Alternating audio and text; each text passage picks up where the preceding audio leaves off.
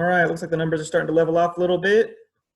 So in the interest of time, let's go ahead and get started. My name is Matthew Piecha. I'm with the Center for Practical Bioethics. And I'd just like to welcome everyone who's connecting today to the Ethics Committee Consortium webinar series. This is an ongoing series that we have kind of originally designed for Ethics Committee members, but under the circumstances, we've produced a sort of a sub-series of pandemic-related content with the COVID-19 pandemic, and this is an entry in that sub-series. And so we've kind of opened the gates to everyone and are hoping that people are able to get some of their questions answered.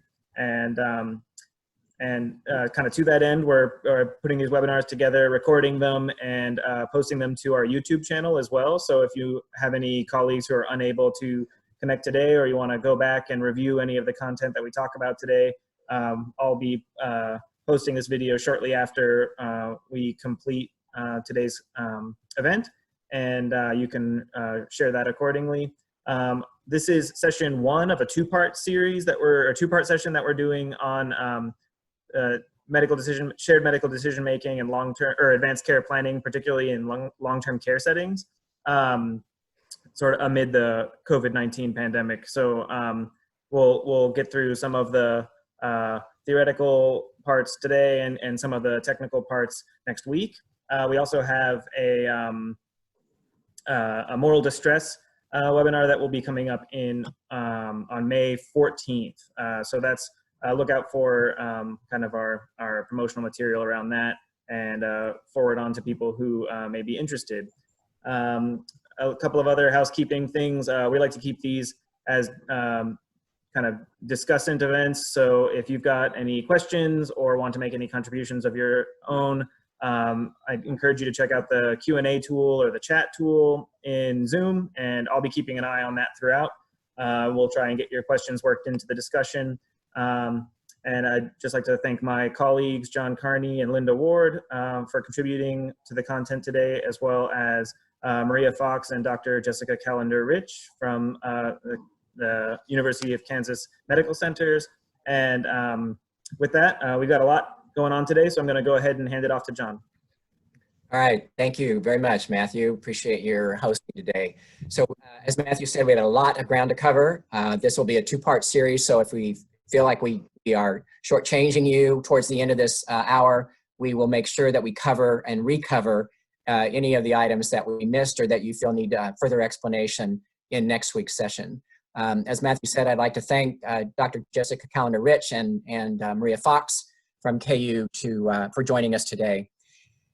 They are good partners with us, have been with us for a long time, and particularly Maria on the palliative care side, Dr. Kalender-Rich in long-term care. So they're experts in their own rights and have been very essential partners in working with the center over the years. So we deeply appreciate their participation today and also next week. As we all know, that coronavirus has kind of taken over our lives over the course of the last, whatever it is now, 2 months, 3 months, I guess. And there's been obviously a global impact, a national disaster that we're all experiencing right now. A lot of concerns related to how we are responding as individual states, and how we're going to move forward on being able to kind of return to some semblance of a new normal as we open things up a little bit. We've got some major concerns about that. You'll probably be hearing from the center on those issues moving forward. But today we're really going to focus on the institutional crisis, the issues that we face, and particularly in long-term care settings related to the concerns. So with that, I'll cover the objectives, and there's a lot of ground we've got to cover here. So quickly, our job is to identify critical ethical obligations to serving the highest at-risk population, and long-term care residents are definitely in that group. We're going to explore the challenges and risks of congregate living as it relates to COVID-19, which has positioned this particular subpopulation as a high priority with CDC. Recognize that the provider of duty of care is not an admission of defeat or failure. The circumstances that we find ourselves in, that most of you find yourselves in working in long-term care, pose the highest risk and most difficult environment in which to manage this illness. And we'll talk a little bit about that and why it's so important for conversations then to take place with our residents and with our families during this time of crisis. Then finally, to take a look at how we should be acting personally in terms of our obligation to providers in declaring what's of value in terms of our own lives, so that we can take a look at introspectively, as well as assisting in our caregiving role to the residents and families as they go through these considerations. So what we're going to do is, go ahead, next slide, Matthew. To describe the overall issues and the urgency that we have, just in reminding everybody, this is not a one and done conversation. These conversations will advance over time depending upon whether or not maybe COVID is in the facility, whether family members or loved ones are also impacted by it, and it changes over time. So we are encouraging you to continue to look at revisiting these issues, especially with people who, as their lives change and are impacted by this illness. We're going to share what good advanced care planning looks like, and the resources and tools and how they work, provide lots of good COVID-specific evidence-based tools for residents, families, and also for professional groups. So there's a ton of resources that we'll be highlighting today only. We will not be going into them in depth, but those will be provided to you as you explore the use of those tools and as you work with your residents and family members, and also with your staff. We're going to discuss the clinical importance of how knowing our values impacts the treatment that we receive and that we provide through goals of care. And Dr. Kalender-Rich and Maria will be talking a lot about this, not only this week, but next week, that goals of care are really the fundamental work that needs to be done. And the most important part of that is making sure that we have engaged family members and residents in the things that are most important to them, in the language that they use, and in the expressions that are most meaningful to them. And finally, we'll talk a little bit about some cloud-based tools and resources that can assist with communication. So let's quickly cover some of the impact issues related to COVID-19. This clearly could be a once-in-a-century pandemic. The thing right now that separates us from that is the 1957 flu pandemic, which happened. There were about 115,000 lives that were lost in the United States during that period. We may find that over time is what we experience or exceed with the COVID-19. We're right now sitting about a little north of 60,000.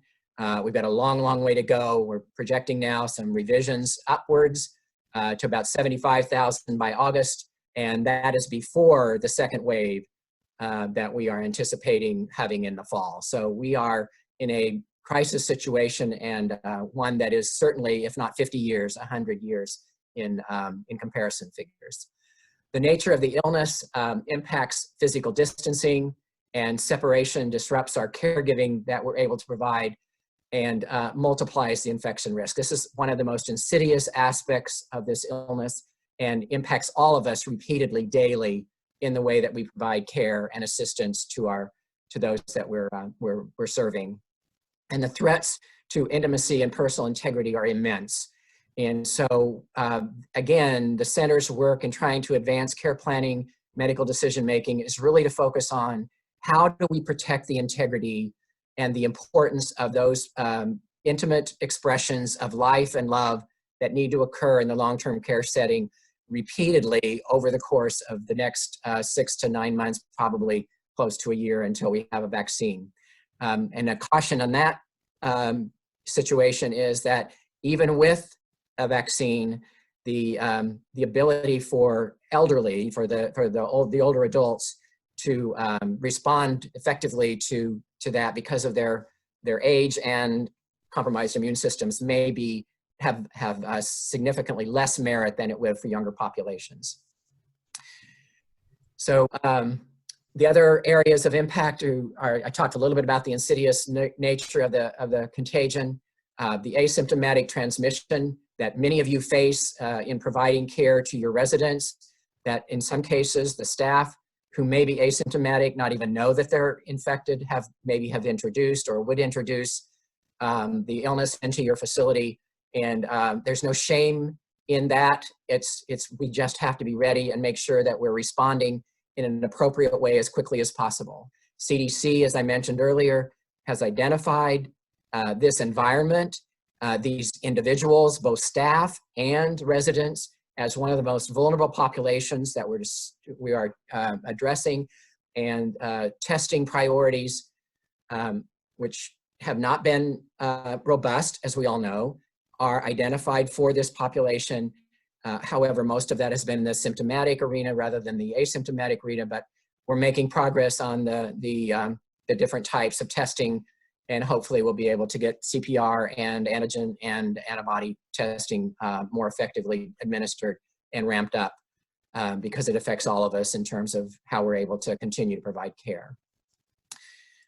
Okay, I just wanted to talk a little bit about the existing situations that we're in, particularly in Kansas and Missouri and nationwide. So right now there's a wide variation of reporting across the United States. Some areas where there's required reporting within counties, other it's directly to the state health department, and only recently has there been a requirement to submit information directly to the federal level.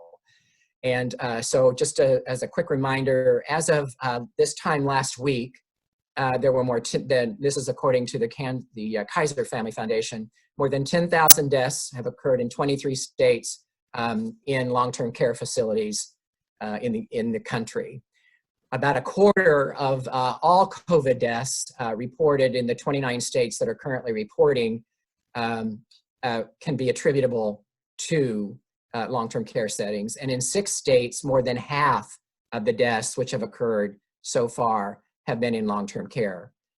That appears to be somewhat true in the state of Kansas, at least at the current time, that more than 50% of the deaths which have occurred from COVID-19 have occurred in nursing homes. And as of 4/27, we don't have data available from Missouri because they report on zip codes and do not report by location.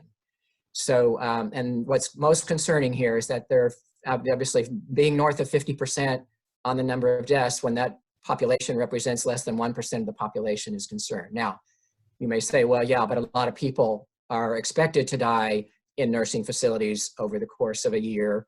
That would be true, but this particular type of death, that is if we theoretically, if we could account for all of the risks associated with transmission, would not impact this group at all if we were able to know what's there. So again, no shame in the fact that it is there, but it does make it incumbent upon us to make sure that we're sharing as much as we can the opportunity of patients and families to explicitly state to us what's most of value to them, what's most important to them in the care of their loved ones and the kind of treatment, the goals that they are actually seeking. So what is our odds? What are the things that we should be doing as providers of care and as receivers of care? We're going to cover a lot of ground today, as I mentioned. The most important thing for us to do will be to put on our listening ears, as we've always informed our children, to confirm what we hear, to report what's important, to record and to share and to do feedback, so that we're making sure that we're confirming with our residents the things that are most important to them, especially as the severity of the illness ebbs and flows.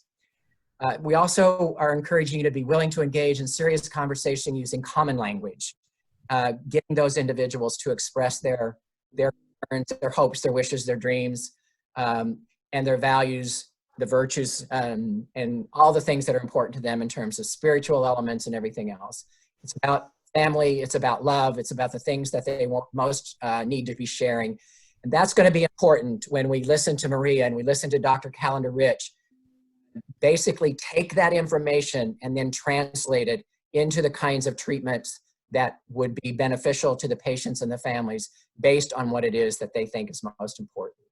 So to focus on purpose and meaning, what makes me whole, what brings me joy in life, what fulfills me, those are the kind of elicitations that we need to really be focused on in order for us to be able to craft a good set of goals of care.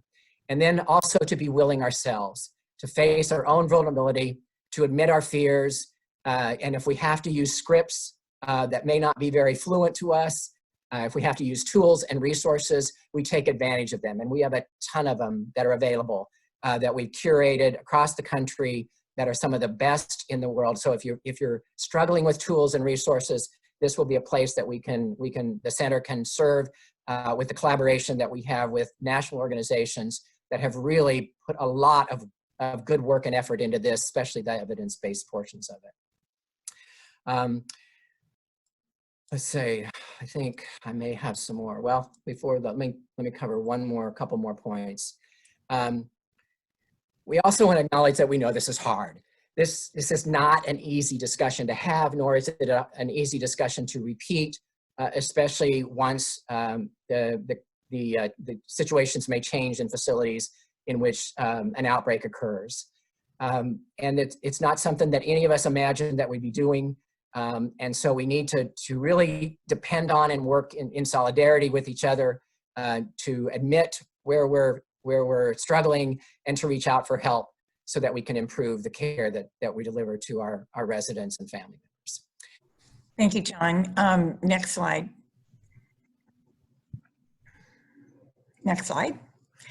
So it's my opportunity today to talk to you about the importance of having conversations, and the reason we're making this case now, it's the case all the time, but it's even more urgent now because we've watched families since 1985. The center's been doing this work, and we know that families can be torn apart by disagreements, what mom would have wanted or what dad would have wanted.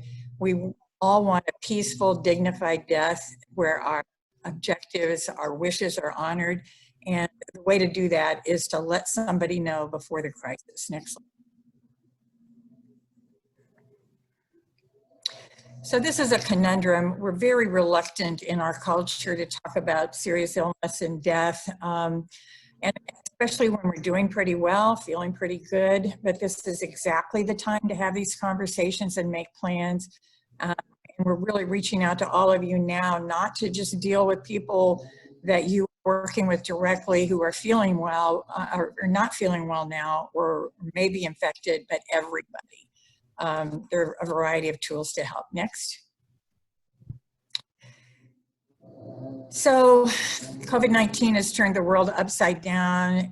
Even Americans who are death averse under normal circumstances are all going to have to face into this. And we want to be sure people have the very best tools possible. Up to now, even though all of us say it's a great idea to have an advanced care plan, about a third of us actually do.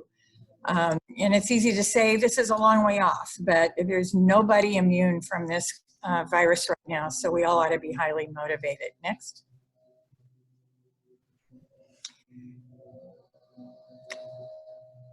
So while this is not a long-term care setting, this is a hospital setting, it's a shift change. I use this slide to help people understand that no matter how fabulous our nurses and doctors are in acute care settings, they have their hands way full. And we know that 85% of us will die without the capacity to make our own decisions, and that was before COVID-19. So it's complicated for your caregivers. The more we can do to inform them, keep them in the loop, help them know what our wishes are, the more likely our wishes are to be followed. Next. So part of the difficulty is how we die is changing. These slides lead to something that I think will be helpful. Next one, Matthew. In a pre-COVID world, we could say that most of us would die from complications of chronic illnesses. It certainly would be more acute and chronic, but with slow and uncertain disease paths, many affected by dementia. I'm sure that's part of your world. Next slide. And we really, in the old days, prior to COVID-19, had the luxury to fret about difficulties in the advanced care planning process. Legalistic forms might be limited or dated. It's hard for families and individuals to anticipate all the what ifs. It might seem like an infinite puzzle. So we've used a frame from the literature to help us narrow down the possible ways that we die. So next slide will hopefully help with that. These are pictures of illness, the ways we die. And I used to talk about it like this. The first one is my dad. He went to bed one night and didn't wake up. 73 years old, perfectly fine. His death certificate says arrhythmia. The second one is an acute course of an illness that very rapidly takes the life of the person. The third one and the fourth one are very familiar to you who work in long-term care facilities. A slow transition from pretty good to, you know, having a patch of difficulty, maybe being hospitalized, getting patched up, being brought back, not quite as good as we were before.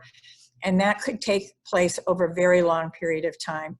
The fourth one is my mom, who was diagnosed with Alzheimer's about 12 years before she died. A long, slow, but sure course downward. COVID-19, next slide, is 1 and 2, slide 1 and 2.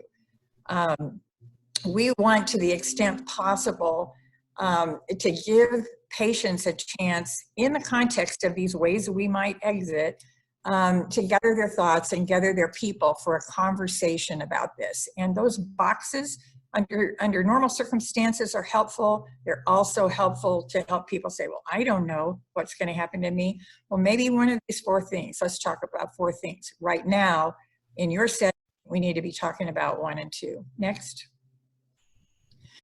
So take the time. This is hard. You have relationships with these people who are in your care. And it's hard to have the time to listen, take the time to listen, to encourage. They may be tearful, you may be tearful. It's okay to cry. We want them to have an opportunity, which was not demonstrated in the brief clips you saw, to have a longer conversation that would include hopes and dreams for the future, even if the person's not planning to be there for that future, what their hopes and dreams are for their children and grandchildren. Write down what you can, or as a family member, write down and record the conversation. You can do that with a smartphone. Next. Listen for what's important to the patient. What's a good life mean to him or to her? Things like able to enjoy food with the family, independence of some kind, ability to communicate, mobility. What's important to them? It'll be different for everybody. Next. So who's the best person to speak for this person, or who is the best person to speak for you if you're doing it for yourself when you can't speak for yourself? When we do these workshops with more time than I have today, we talk about not all family members are created equal when it comes to being equipped to handle such a difficult and emotional role. And I say, you know, think about who's good in a crisis in your family, who has the trust of others in your family, who can represent your wishes. And if somebody's struggling with who to name, hopefully this will be helpful to get to the bottom of that. Next. And then act on these reflections. And I tell a story when we have more time about not assuming that someone you think will speak for you is the right person. You have to talk to that person. You have to make sure that person is willing to play that role, get their commitment, discuss likely scenarios, and then of course, documenting and recording it as the nurse was doing in the video. You can do for yourself or help a patient to do that, or person in your care. And then, you know, I make a big point about making sure people know who's been named. We talk about the son from California who comes sweeping in at the last minute with lots of points of view about mom's care. And they haven't been in touch at all with mom's decline or what her wishes are. And then if your health changes, revisit all this. Next. So many people, including some close to you, are in this situation, not people you're working with, but people at home, people in your family that don't live with you. I think we need to be taking this hard step with everybody in our circle of influence right now. Next. So this is some data about, we know when people take the time to do this, we get enhanced goal concordant care. We get improved quality of life to the end of it. We get reduced suffering. We get better patient and family coping with the death, higher patient satisfaction leading up to the death, and less non-beneficial care and costs. So there are all kinds of deeply researched reasons to do this, besides it's the right thing. Next. I share this picture, and Matthew, click again. We have a choice here. We can be in our own bed, or we can be whisked off in an ambulance to an ICU. And we really encourage people to think this through as they're making a decision. What we say we want and what we often get are not the same unless we speak up and have somebody ready to speak up for us. Next. So this COVID virus compresses our timeline. It used to be about maintaining some control over our final days, and we know some of those options may be narrow due to risks and scarcity of resources. We haven't had a lot of that in our community yet, but as John said, this isn't over. Next. So don't delay, the time is now. I really encourage you to do your own work if you haven't done it before you start helping others. You can use FaceTime to talk with your own family, and taking more time than I'm taking right now to really have an intimate conversation with your own family. Next. We have some suggestions. You'll have copies of these slides, so suggestions on how to start. Next. And lots of resources. John said we'll be talking about these later. Next. Here's some of the resources. Next. And let me jump in here, and already familiar with these. Yeah, so we wanted to these are some of the resources. Matthew, if you go back one, I think. Yeah, so these are the tips that we have, then some of the resources that we have to share with you. We're not going to be able to go into them in much detail today, but these are encouraging conversation starters. The Go Which game is online. It's very well done. You can prioritize goals and things like that related to the things that are most important to you. It's a very interactive game. I know Dr. Kalender-Rich has used it in the past. It's a hard game normally, but they've converted it into an online thing, and it's very, very useful. The other tool is one that the center has, and we can make that available to you as well. So next one. Okay, these are the documents that are also in the resources that will be available to you. These are actual living wills. The first side is the appointment of the agent. The second side is the advanced care planning document, the healthcare directive, if those of you are dealing with residents that need to have those completed. And we have a variety of those that are available to you. So next one.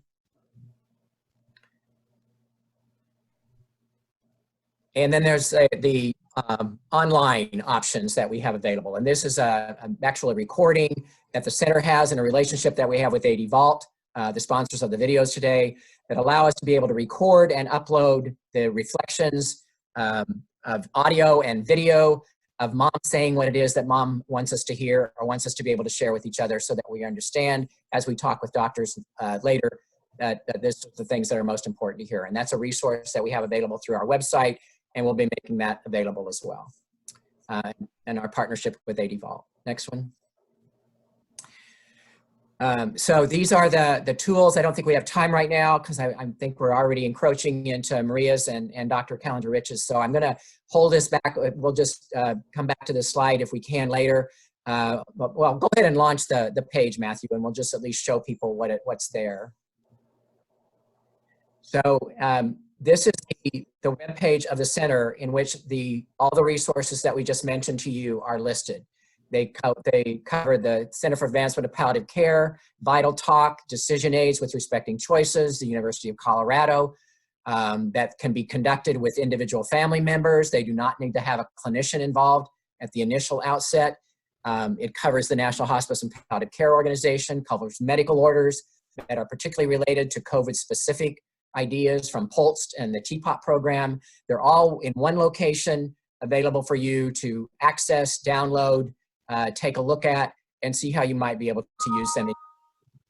So we'll have time to review this probably more next week than this week, but we've done really a lot of work to try to make sure that we're bringing you the most evidence-based materials that are available in the country right now to help with the COVID-specific pandemic issues related to advanced care planning. Next slide.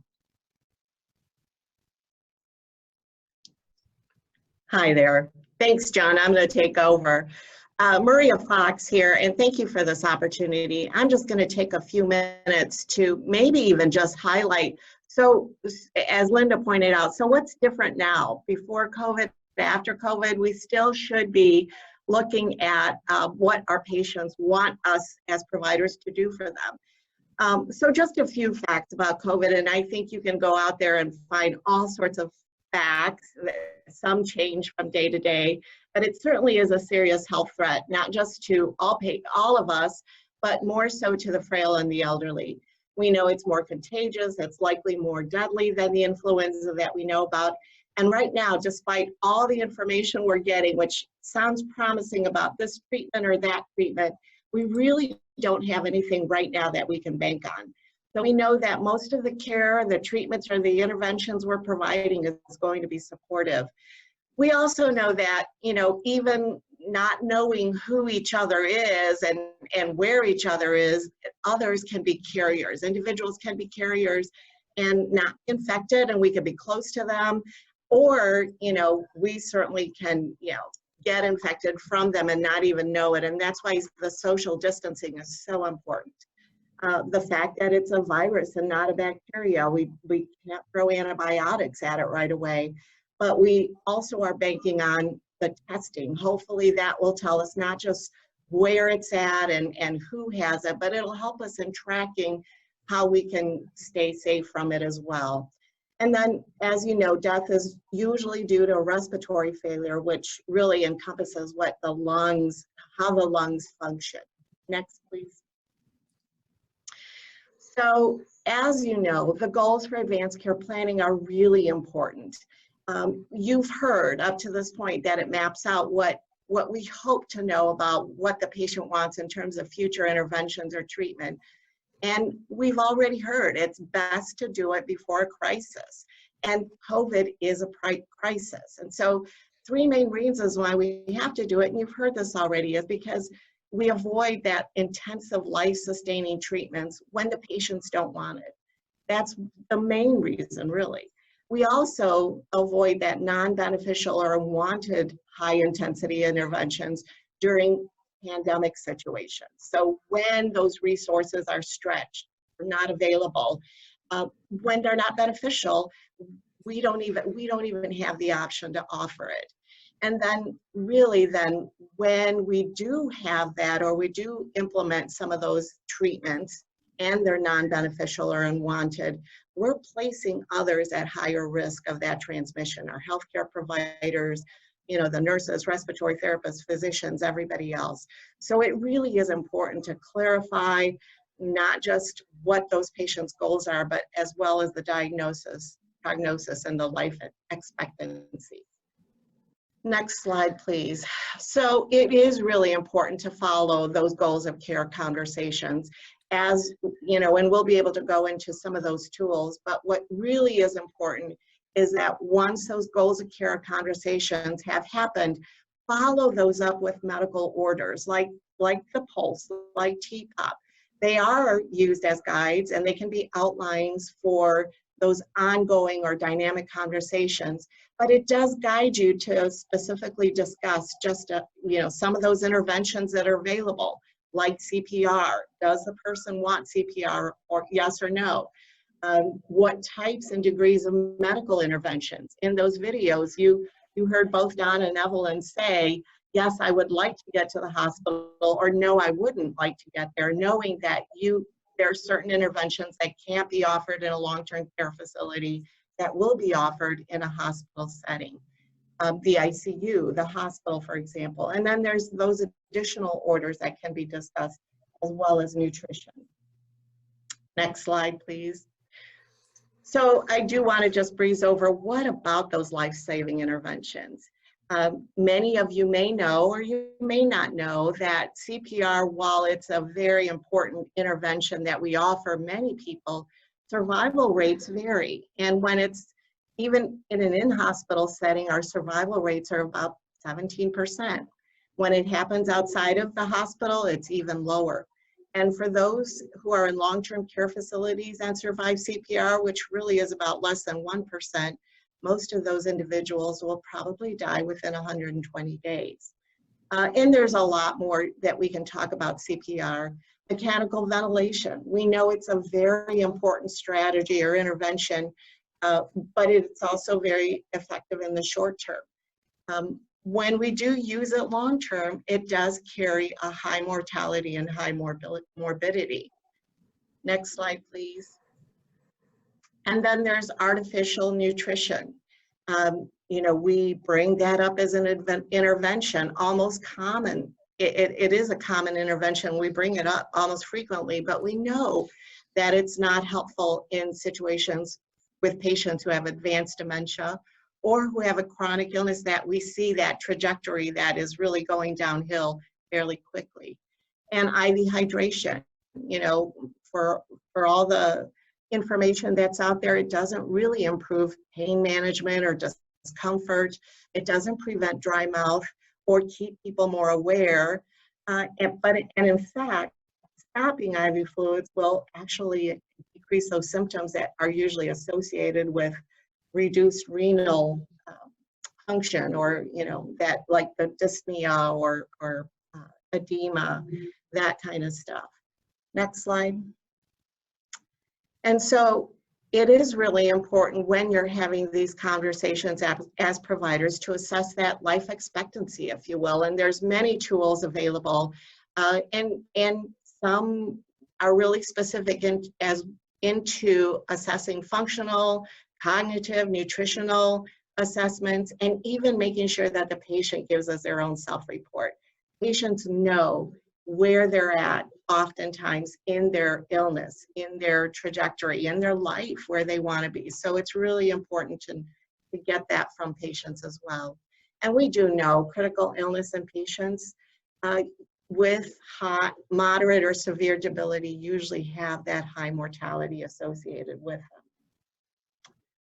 So in terms of the components of goal discussion, and I'll briefly go through these. We will discuss these more and more, and Dr. Kalender-Rich will focus a little bit more on this. It is important to have a framework, and there's very many good tools available to help with that framework. And it does take you primarily through making sure everybody introduces themselves, or you're introducing the purpose of the meeting, why we're having the meeting, the importance of specific things in the meeting, and then describing the differences between goals of care and treatment, and then some of the risks and benefits associated with it. Next slide. And then as you continue through the conversation, it's important to remember, don't force a decision, but basically make sure that the person that you're talking with knows the importance of what are those interventions and treatments, what is the purpose of them, what are the goals of them, and then always restate back to what that person has said to you. I think the nurse did a nice job of that. What you're telling me is this. What I understand is this, and we will be discussing this in more detail. Next slide, please. And really just a little bit about some of the ethical considerations during the crisis. We do need to balance the individual needs of the patient with the larger needs of the community. And Dr. Randall Curtis, who really wrote an opinion paper, and he was in the state of Washington back in March when this first started coming up. He said there really is 3 ways to implement any discussions of limitations to interventions. Really, we can do that first person consent, which is that conversation you're having with patients even now. Start those early. Start, having those goals of care conversations. That's really important. But there also may be a time when we have to do an informed consent framework. In other words, we know what the patient's goals might be, and we will direct them or encourage or offer interventions that really align with that goal, but not really dwell on some of the interventions that don't align with that goal. And finally, that unilateral decision-making, which would be in those extreme situations when we know that there's limited resources and staff, that would be the most extreme, and you've heard stories of how that would not be good. But I will leave you with the notion we always need to be person-centered. And I didn't even say patient-centered, because we need to be person-centered about our patients, about our family, and about our staff. Thank you. So The real question is, can we really do this, right? So we work in long-term care facilities. I'm down there with you. That's my day job. And we are used to those third and fourth trajectories that Linda shared earlier. We are used to taking care of people as they maybe get a little bit worse over time, talking to families over time, really maintaining and developing strong relationships. And this is really different. And it's different because the trajectory of this disease is really different, right? We are used to, hey, that person's really, really sick. Let's send them to the hospital. And in the setting of COVID-19, the question becomes, what can the hospital do that we can't do in the facility? And how does that meet with the person's goals?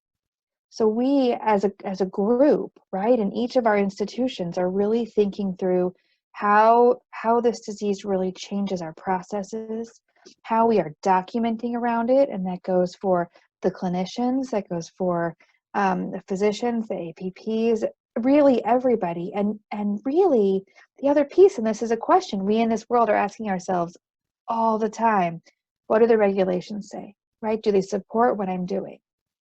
And the answer is they support us taking care of the patient. Sure, there are little tips and tricks we have to do to meet those requirements, but the overarching goal is to provide the best care for the patient. This stuff is scary, but yes, we can do it. We're used to having these hard conversations. We're just not used to compressing them into a really short period of time. And that means doing it a little differently. Next slide. So you've heard this a little bit, but I want to really drive it home. The goal drives the plan, right? So in order for us to know what a person wants, what a resident wants, we have to know their goals. So is their goal to see their granddaughter graduate high school? Is their goal to watch TV and read the paper? What is their goal? And as soon as we know their goals, we can really extrapolate to say, okay, so based on that, what it sounds like you're telling me is you would want X, Y, and Z. Now, generally speaking, we have the time, the physicians, the APPs, the whole cohort really has the time to sit down and figure out somebody's goals. Right now, a lot of us out there, a lot of facilities, and a lot of people that I work with really are going through every single patient and trying to be sure that we have asked each and every one of them what their goals are and how the current goals they have documented change if we are talking about COVID-19.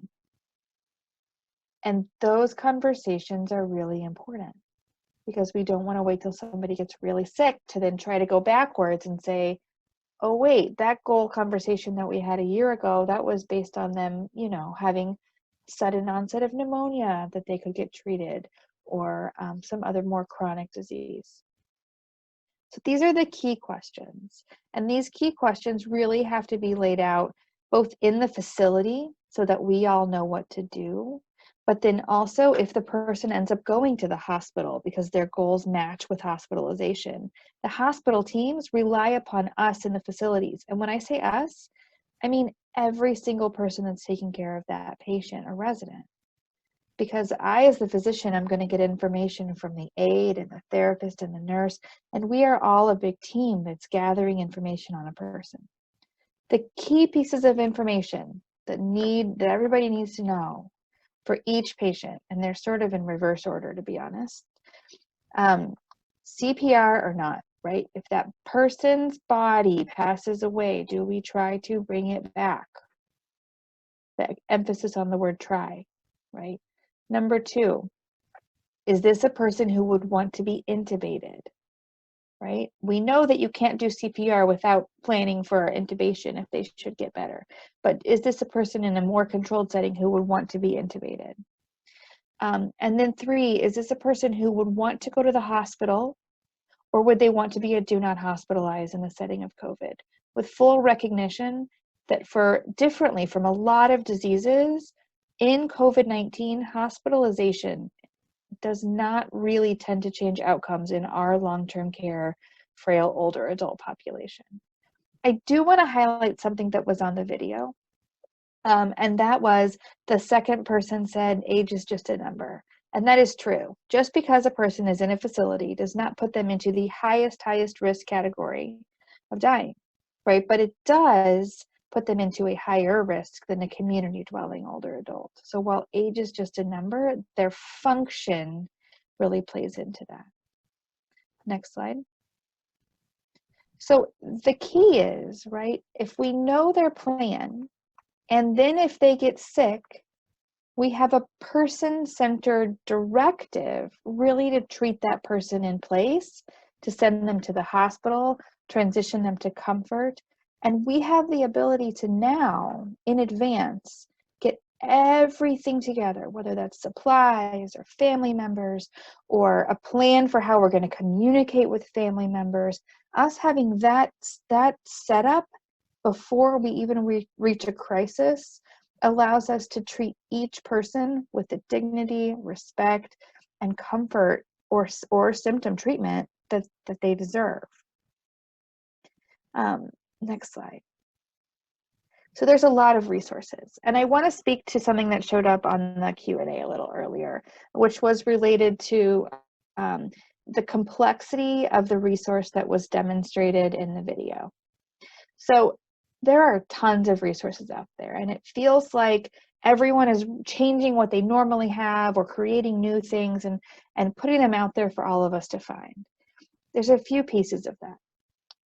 Each of us, whether we're a facility or a provider or whatever we are, we need to find the resources we like and stick to them and train the staff on them and have some consistency.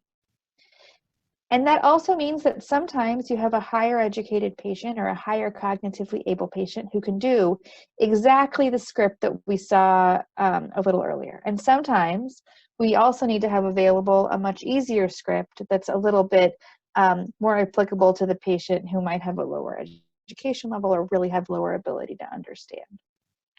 But part of that is really adopting things to the way that they work in your setting. Maria also brought up Pulse and TPOP. Those are great.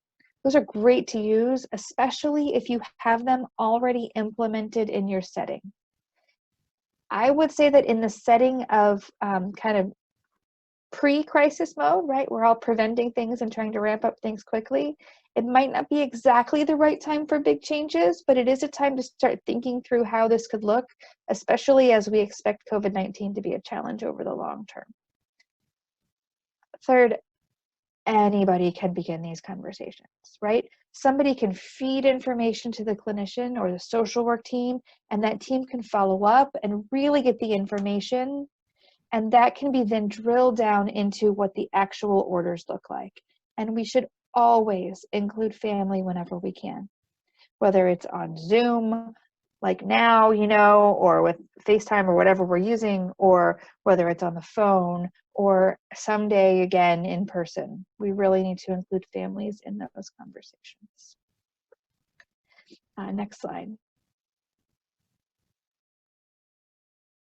I would like to let you know, so this is an example, right, of a clinician guide that has been put out. It was adapted from Adriani Labs by the University of Kansas Health System Palliative Medicine team. You are not really going to be able to read through all of those. I get it.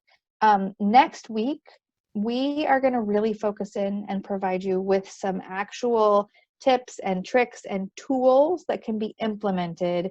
We'll take some of the stuff off of the website that's available already. We'll bring in some other information. And this is just an example of some ways in which my team and some others have really started having directed goals of care conversations with someone who's medically frail but doesn't have COVID-19. And if you go to the next slide, we just pulled out one piece, and that is the beginning. And we started with the beginning because that's how every one of these conversations starts. Tell me how you're doing. This is stressful, right? These are how the conversations start when I talk to my own team of clinicians, because we are all really suffering with a lot of stress around COVID-19, and we are checking in with each other, and starting with this question allows us to see what's going on with our patient or the resident so that we can move forward and gather more information.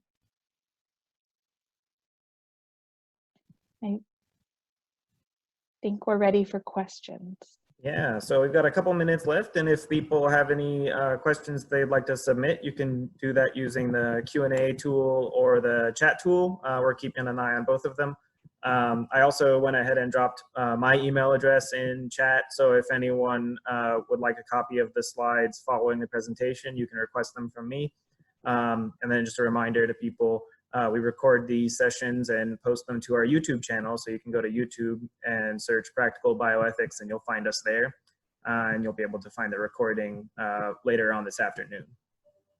Jessica, could you kind of describe a little bit more of kind of what the tools are that you may be covering next week in the workshop, the follow-up?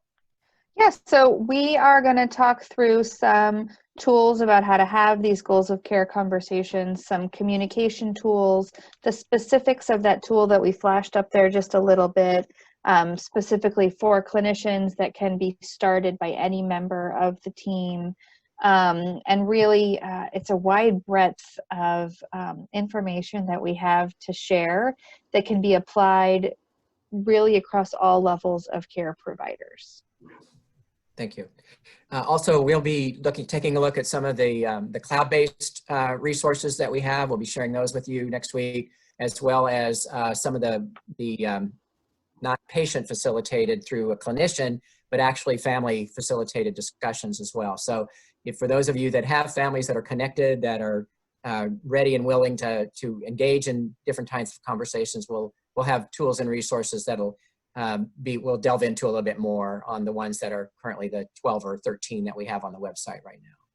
We've got a question that was just submitted asking who can bill for these conversations now with COVID? Are social workers able to, and has CMS changed its guidelines? Do we have answers to that right now?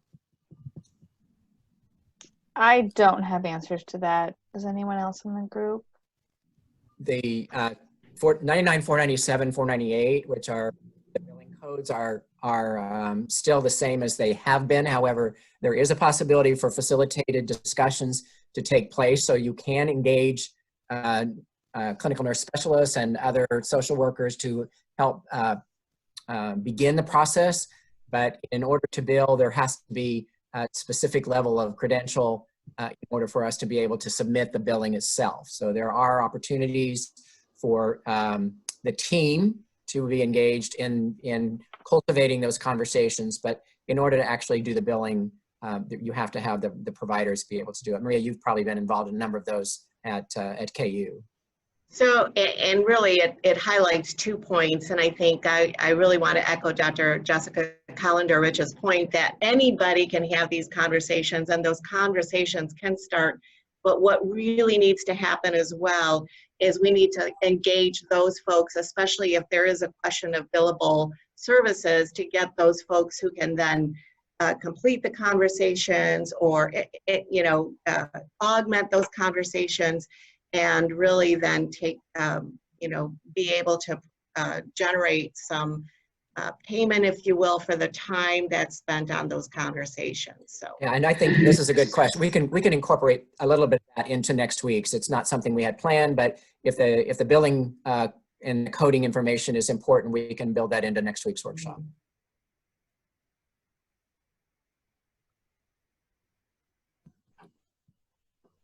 So we've got one more. It looks like this is about the videos. It says, were those two ladies real people with their real feelings, or was that staged? They were great, 2 different goals. That's why we need to ask and listen.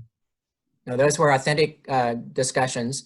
As we think we mentioned earlier, the script was way above 8th grade level, but they were actual patients residing in facilities, and the clinician was involved in actually doing it. We did receive releases from those individuals for the publication, the distribution of that, but they were real, and they were then used by obviously the team in developing the goals of care for both of those residents, Donna and Evelyn. And I don't think Donna and Evelyn are the real names, but they are genuine expressions of their own goals.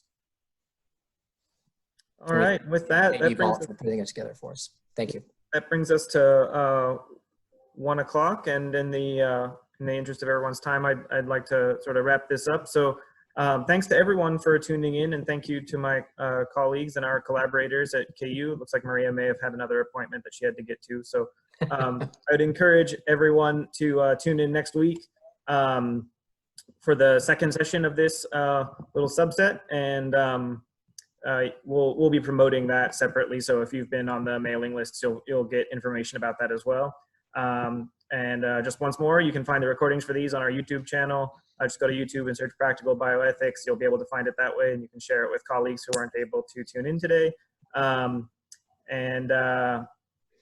think that covers us today.